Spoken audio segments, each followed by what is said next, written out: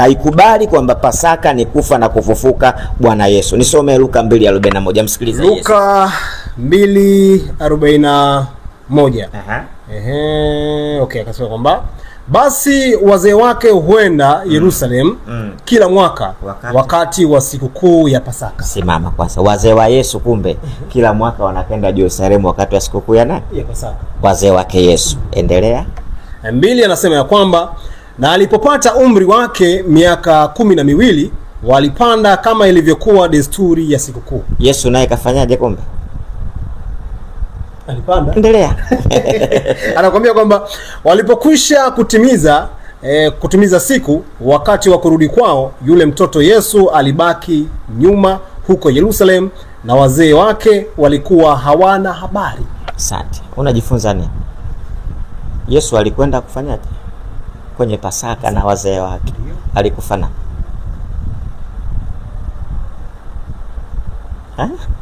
Anakuambia kwamba hujaiona vizuri. Rudi 41, soma vizuri tena.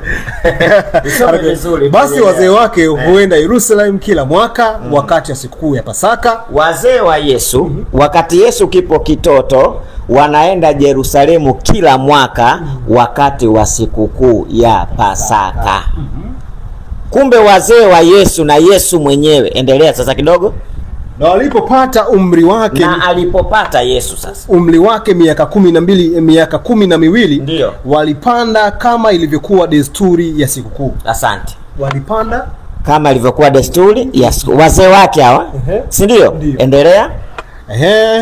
Na walipokwisha kutimiza siku wakati wa kurudi kwao, yule mtoto Yesu alibaki nyuma huko Yerusalemu na wazee wake walikuwa hawana habari. Hii nakwambia kwamba Yesu alibaki nyuma pamoja na nani? Na wazee wake. Wakati wanarudi Yerusalemu kwenye nini? Kwenye Pasaka. Si ndio? Kwa maana hiyo Yesu akiwa mdogo alikwenda na wazee wake kula nini? Pasaka. Alikufana. Unaongopewa wabatu. Ngopewa sana. Wanaingizwa chaka. Unaongopewa sana, wanatia huruma sana. Unajua anatia huruma? Tia huruma sana. Mimi kila nikiwatazama hivi sipati picha. Kwa nini wanadanganywa? Wanasema Pasaka ni kufa na kufufuka Bwana Yesu. Mbona Yesu akiwa mtoto anakwenda kusherehekea nini? Pasaka. Alikufa nani Pasaka hiyo anayosherehekea Bwana Yesu? Haujanielewa hilo swali? Nimekuelewa. Yesu akiwa mtoto na wazee wake wanakwenda kufanyaje? Kusherehekea Pasaka. Na wao wanasema Pasaka ni kufa na kufufuka kwa nani? Kwa Yesu. Wakati Yesu na wazee wake wanasherehekea, alikufa nani? Tumsome Yesu mwenyewe. Soma Mathayo 26:17. Mathayo 26:17. Hata siku ya kwanza mikate iliyotiwa chachu wanafunzi wake wakamwendea Yesu. Wanamwendea nani hapa? Yesu. Kwa hiyo wanafunzi wanakwenda kwa nani? Kwa Yesu. Endelea. Wakamwambia ni utakapotuandalia tena ni wapi? Ni wapi utakapotuandalia? Utakapo. Soma vizuri, ni wapi? Utakapotuandalia. Usilichanganye. Wakamwambia ni wapi utakapo tukuandalie uile Pasaka. Kuna kitu unajifunza? Nakuelewa. Vipi? Yaani hapo nakuelewa kwamba watu walisherehekea Pasaka. Na wanamuuliza Yesu. Yesu akiwa mdogo, akipia hata baada ya. Wanamwambia unataka wapi tukuandalie uile nini? Kwa hiyo Yesu anaandaliwa ale nini? Lakini wako ambao wanakuambia kwamba Pasaka wanaisherehekea kama sikukuu ya kuchinja, kutoa kafara. Nilikuwa na Prophet IPM jana amezungumzia hilo kwamba Pasaka ni sikukuu kwa ajili ya kuchinja, kutoa sadaka hiyo ya kafara. Lakini hata na yeye pia ametangaza pia mwaka huu kufanya hiyo shughuli ya kuchinja na kutoa kafara. Ndio hicho cha wana wa Israeli anachokifanya yeye sasa. Na ndio maana niliwahi kumsikia yule bwana analalamika, mbona hatuchinji wakati wana wa Israeli walichukua kondoo wakachinja? Kwa nini Wakristo wengi hawachinji? Sijui wanafuata kitabu gani.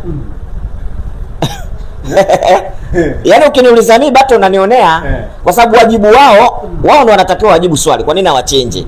Mimi ukiniuliza unanionea kwa sababu mimi sio Mkristo. Mimi ninavyojua vitabu vinasema Yesu kala Pasaka. Si ndio hivyo bwana? Yesu kala Pasaka. Yesu alikuwa Myahudi na Pasaka kipindi kile ikawa sikukuu ya Wayahudi. Pasaka ambayo wanaashiria kufurahi miaka 430 waliokuwa utumwani. Sasa hawa Wakristo hao wanapata wapi hii Pasaka ya kufa na kufufuka Yesu?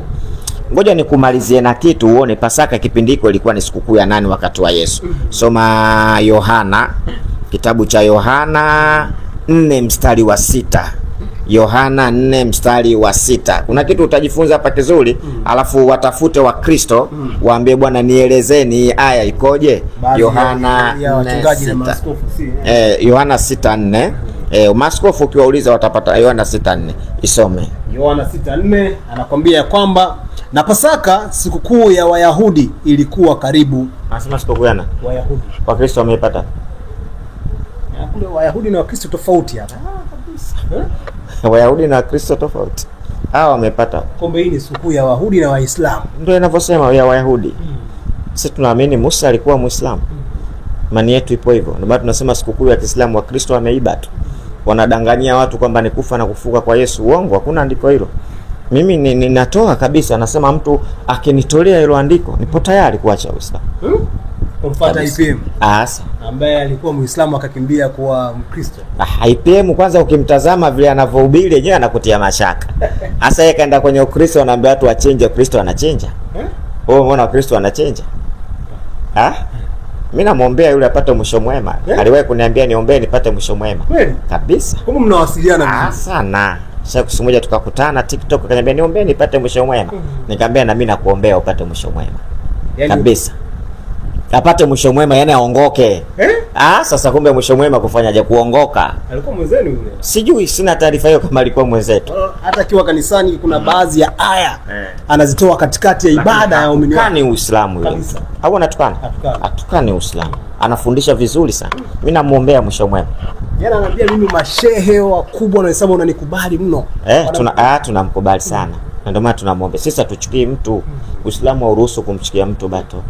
Yaani mtu yoyote tunaishi naye, ila tunamlingania aje katika dini yake. Sana. Na sisi tunamwombea sana Mungu ampe mwisho mwema. Kwa hiyo waambie bwana Pasaka sio sikukuu ya Kikristo wala sio kufa na kufufuka kwa Yesu. Pasaka sio sikukuu.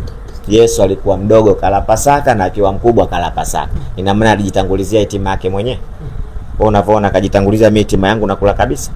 Uongo, wache wachungaji waache kufundisha kitu ambacho sio cha kweli. Na mimi nawalaumu sana Wakristo.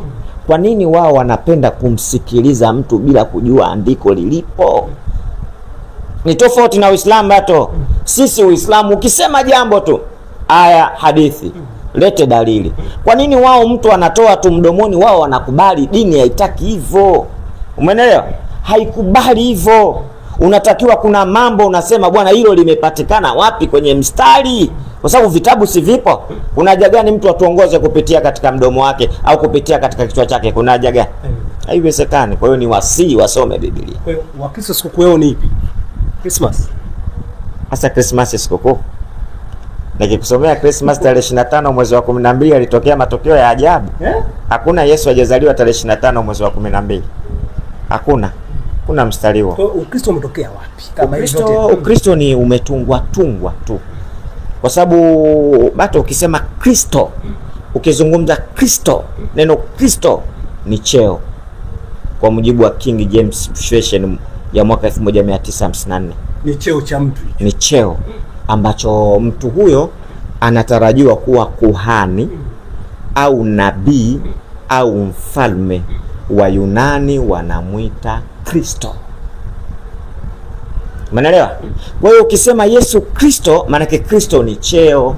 Sasa wanachukuaje cheo alafu wanafanya dini? Na ndio maana sasa hivi ukiwauliza dini wasema sisi hatuna dini. Sisi tunamfuata Yesu. Yaani washajua kule wanapokwenda sio mahala salama. Kwa hiyo hakuna dini ya Ukristo ambayo Mungu anairidhia, hakuna hiyo. Si unanielewa? Hakuna dini ya Ukristo ambayo Mungu anaifanyaje? Anairidhia, hakuna. Ukristo umetengenezwa na watu kwa maslahi yao. Na ndio maana hawakuruhusu Mkristo wewe kujaribu kufafanua kitabu chako cha Biblia kukisoma. Wanataka wao ndio wakusomee. Kwa hiyo wakikusomea wanakupandikiza vitu wanavyotaka wao na wanakwambia huwezi kuelewa Biblia mpaka uwe na Roho Mtakatifu. Umeona punch lililowekwa hilo konga limewekwa hilo. Ukisikia Kongo